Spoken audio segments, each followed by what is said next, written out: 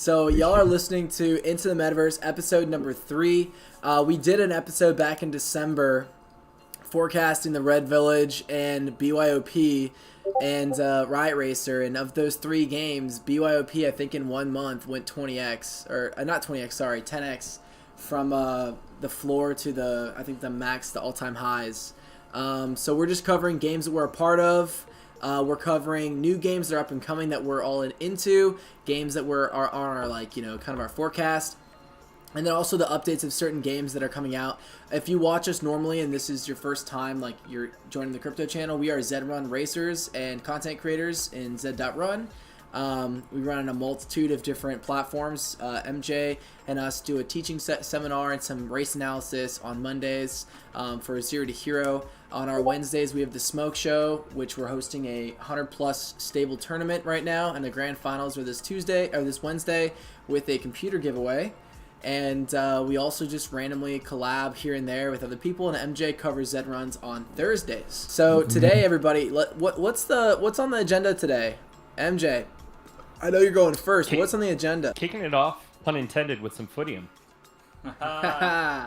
All right. Share your screen, MJ, and get into FOOTIUM. Yeah, absolutely. FOOTIUM is basically Football Manager, soccer for those of you that live in the U.S. And there are 8 divisions. So Division 1 has 12 teams. And then as you go down to Division 8, which is the lowest division, it doubles in each one. So 12, 24, 48. I can't do math right now, but you get the picture. It's currently only on Ethereum. They have plans on expanding to other blockchains Q2, Q3. The game is currently in private beta right now. They're going to expand that hopefully within the coming week. And kind of what excites me about this is you can see some of the screenshots here, but it's pretty in-depth. So you have your club. So if you were to go buy one right now, I believe the 4 is right around 0.3, 0.35. And your club, every season, which is a month, creates 10 players in your academy. So you can see right here, you have your squad. Each team will start with 20 players. You can have an academy of additional 10. And then depending on what division you're in, your fan base, your stadium, and your history are all going to scale. And so at the end of each season, the top team will get promoted and will have a prize associated with it tied to their token. And then if you finish in the top 3, you'll play in a playoff to try and move up. So as you move up, your academy improves, so you're getting better players. You have the ability to upgrade your stadium and your facilities, so you can kind of move up. Now, what makes this really interesting or exciting now is that the price differences between each division. So you've got Division 8 at like 0.3, then 7-6, you're at like 0.5, 0.7-ish, and then it jumps all the way up to a few ETH.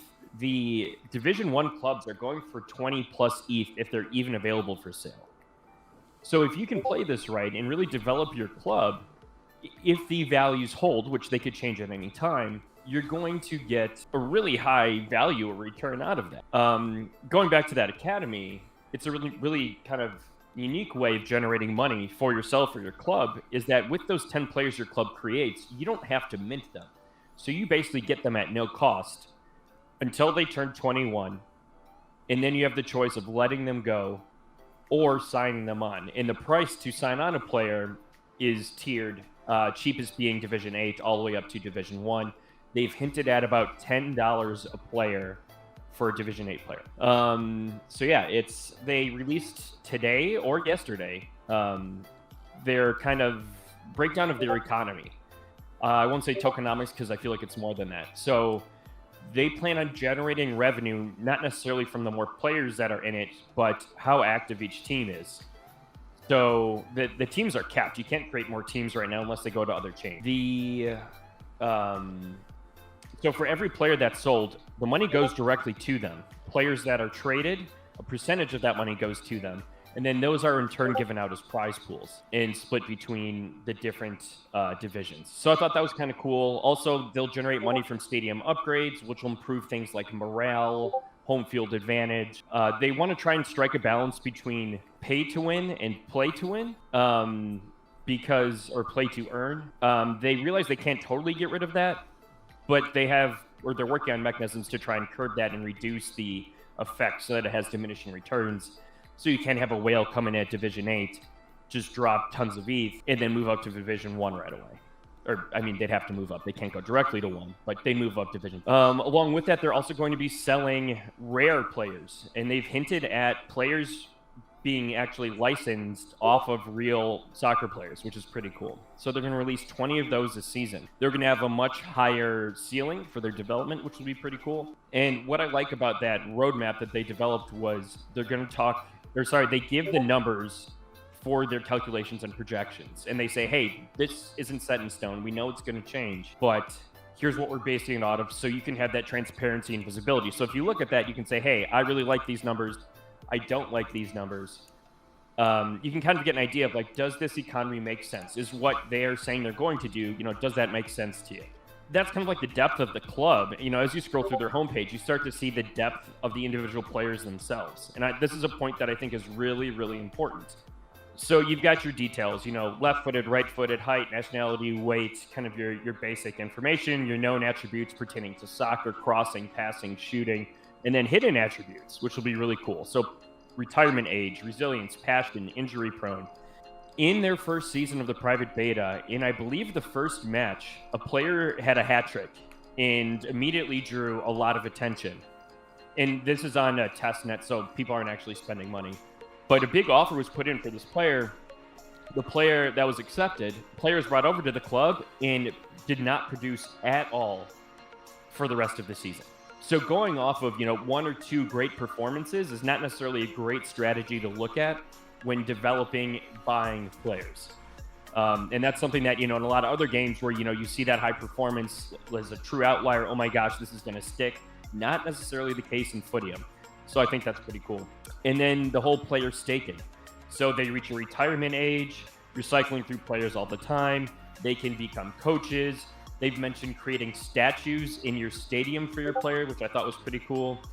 And then I believe you would earn the token, I could be wrong on this, for staking certain. And then these are the legend cards that they're going to auction every season at a premium. So if we look into like the actual club pages themselves, we fire up, I've got reviews, overviews of all of the FOOTIUM clubs on here, as well as OpenSea prices updating a few times daily.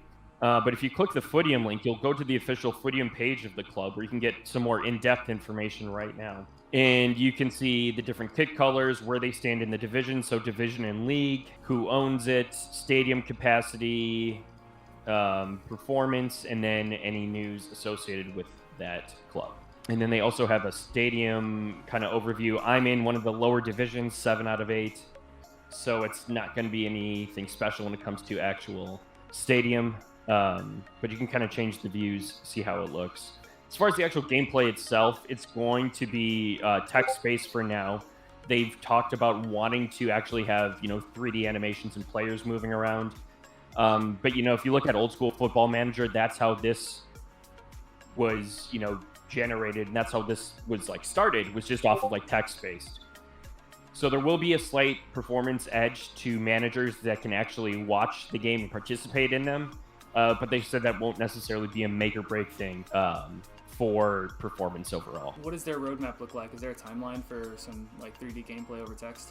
As far as long term, I don't know what the timeline is on that. So to get out of beta, we're currently in private beta, going into public beta. That's probably within the next few weeks. That's coming up pretty soon. And then launching Q1, and they want to launch. It's not totally confirmed yet. But the current floor price is 0.3, 0.35. That's kind of expensive, especially for the lowest division. They're going to launch with an assistant manager capability.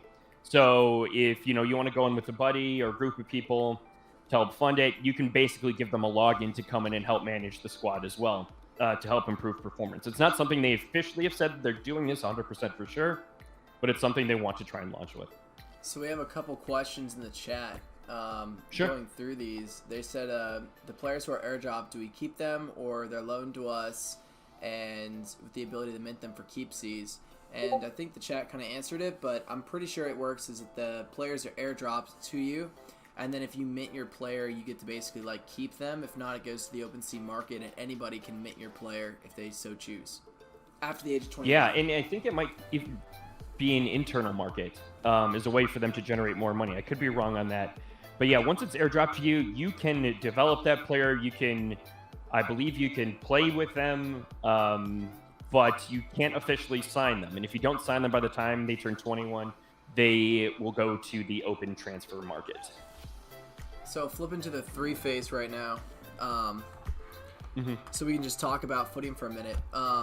So I really like the idea of the diminishing returns, the anti-whale mechanism of the game, where you have to go from division to division. You can't just buy the best players. These players develop over a season, so like you can't just figure out. With the private beta, they had a hat trick in the first game. That guy was a donkey, right? The next few games throughout the season. So like it's more about like overall seasons. It reminds me of like Madden, man. Like your own team in Madden, your Madden team, and like playing throughout seasons and being able to get access to better players as you go on. And I like it also because they want to curb between play to earn and play to fun. And I think that a lot of games that are a lot of cash grabs right now are like, hey, it's buy the best things and then you get the best performance and you can be a whale and the best person out there. But I like that there's a play to earn aspect to it, but there's also a lot more hedging towards the fun. And that's what I think if games do correctly, you can't just buy your way to the top. I think that creates some of the best ecosystems for game experiences that I've been a part of. And what do you guys think? I like that a lot. There's a comment in chat from Villain Racing saying not a fan of the legendary auctions. And I can see that to an extent, but there are 3,060 teams, and there are only going to be 20 players dropped or auctioned off per season. The first round will have 50, but to disperse those players around enough, that's going to take a very long time. And then if you also factor in players aging and then retiring, it's not like a Zed where you have a horse right now and you can just keep it for forever. More or less. These NFTs will eventually hit a certain cycle where they are not worth as much anymore. I mean, that's huge to me because also when your player gets out of his age of playing, you can retire him as you can stake him as a coach, as a mentor or whatever else, utility-wise. Erect a statue for him. You could erect a statue for him. I also am thinking about this game.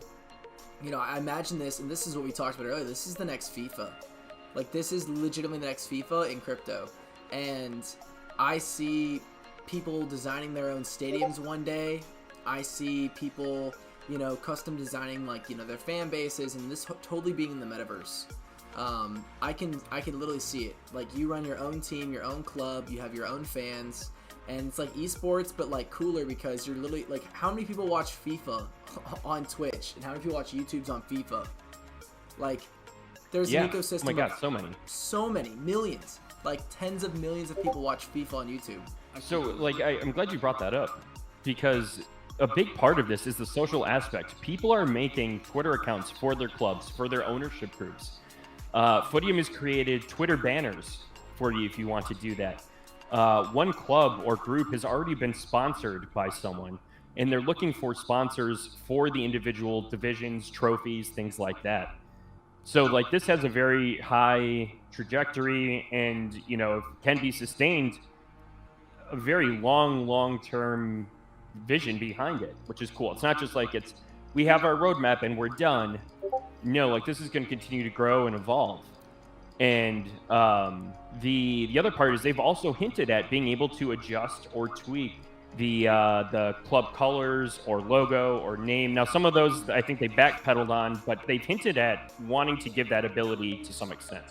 Are the games going to be kind of automatic, official soccer, football, out there, or is it going to be there's going to be a button that you have to click to play a game, or are you going to see a timeline for the big qualifiers, pre-qualifiers, getting into, and then the teams start getting eliminated, you start getting closer to those finals? Is it going to be a automatic run through of the I can't think of the word, the season? So not necessarily. I mean, there's going to be a schedule, and each game is going to be a half hour of real time in length, and you can choose as the manager to sit in, be a part of that, manage your tactics and strategy, substitutions live if you want. You don't have to. Another thing they want to push out is a notification system. So let's say I'm out at the bar with a few friends. I get a push notification. Hey, Burnsy Rangers is down 2-0 in the 75th minute. What am I going to do? Being able to, if I have accessibility to do so, log in and make some adjustments and try and make a comeback. Yeah, I think the overall like season structure for this is amazing. A Villain Racing brought up you only need one WAGMI Racing, like in Zed Run, to come in, outbid everybody on the legendaries and create a super team and dominate for 10 seasons. Not FUD, just a concern from his perspective. So, like, what do you think could curb someone from buying up all the legendaries and making a super team? I mean, they could do that, but again, this is the way that they have their players structured. So these legendary players, one, aren't going to be the best necessarily out of the gate. You're still going to have to take time to develop them. So if you, let's say, hypothetically, if you do that and you take the time, the incredible, like, real-time commitment to develop these players, how long is that going to last for you? And how sustainable is that for a long-term vision? I don't think, 10 seasons of domination from that is really feasible or doable. And like at some point you're going to like lose on that return. I could see, some big teams getting, one or two, a handful of them, but then you're only going to be in one league. There are 8 leagues. So let's say that's a League 1 team that does that. Well, okay, then I could just stay out of League 1. You go down to Division 2, you have multiple leagues within that division, so like multiple chances. And again, that's 1 out of 3,060 teams. So I still have plenty of room for performance, for growth.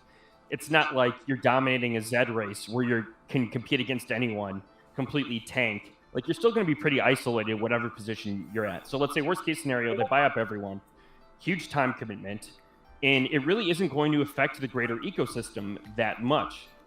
Yes, they may be top for a few seasons, but are they willing to make that investment every single time over and over again? Yeah, I agree with the other divisions and the other leagues that already exist. I think that like someone dominating just one league wouldn't really matter in the grand scheme of things. And also, additionally, I think that the FOOTIUM founders and the devs can ensure that based on wallets that you can only have max 2-3 legendaries in a wallet. That could be a part of a team. Yeah. You can also cap it. And There's someone a lot made of the other comment ways. earlier that you can't mint all of your academy either. So I imagine there's some sort of cap on team size. Exactly. So you have to choose, pick and choose, and play with that. So I think that there's a lot of things they can build inside of the game to curb against these things. I actually really like the structure of this game. I think that their play to earn mixed with play to fun makes this going to have a very long longevity. And I think that those who got in early, I think, yes, the floor price is pretty high at 0.3, but what if there's only 3,000 leagues into perpetuity? There's only 3,000, people that can compete. And I think they'll probably open up more leagues as the game gets more and more popular. As the demand raises, they'll have more leagues other than just 8 divisions. But I think that right now, I think this is a really amazing game to be a part of and to, just test the waters on. And MJ Informatics has the FOOTIUM link inside of it, so you can basically pull up your team. And I know that you're going to be developing more and more applications to FOOTIUM as this game grows. So that's the number one stop for us when it comes to our own analysis on our FOOTIUM teams. For those that don't know, can you guys cover how this is a play-to-earn game? How can you earn? Yeah, just cover the play to earn one more time. Sure. Yeah. So the way that you earn in this game from your club, so you get 10 players. You have your base club of 30, so 20 players plus 10 academy. Then every month your club gets airdropped 10 more academy players. So with those 10 players, you can choose, hey, I just want to let them go. I don't want to invest anything, or I want to mint them for myself, develop them, keep them for my team to try and move up. So if I move up a division, I'll make money. I can make money from selling players. They want to have tournaments tied to sponsorships. That's another way I can make money. Third-party sponsorships, someone's already got that. So basically, from winning a season, winning an individual game won't necessarily get you anything. But winning a season, buying, selling players is where the kind of play-to-earn aspect comes from. What's up, everybody? That wraps up our FOOTIUM take. Remember, we're currently in beta testing for Q1, and Q2 will be the launch of the game. I am D'Artagnan from MetaVerse Gaming. Hey, it's Brendino from MetaVerse Gaming. Can't wait for FOOTIUM. Love the incorporation of sports and NFTs. I'll be out there on the pitch, leveling my team up to Division 1. See you out there. Hey, Remy here. This is going to be the next FIFA. Thanks for watching the video. See you next time. Peace.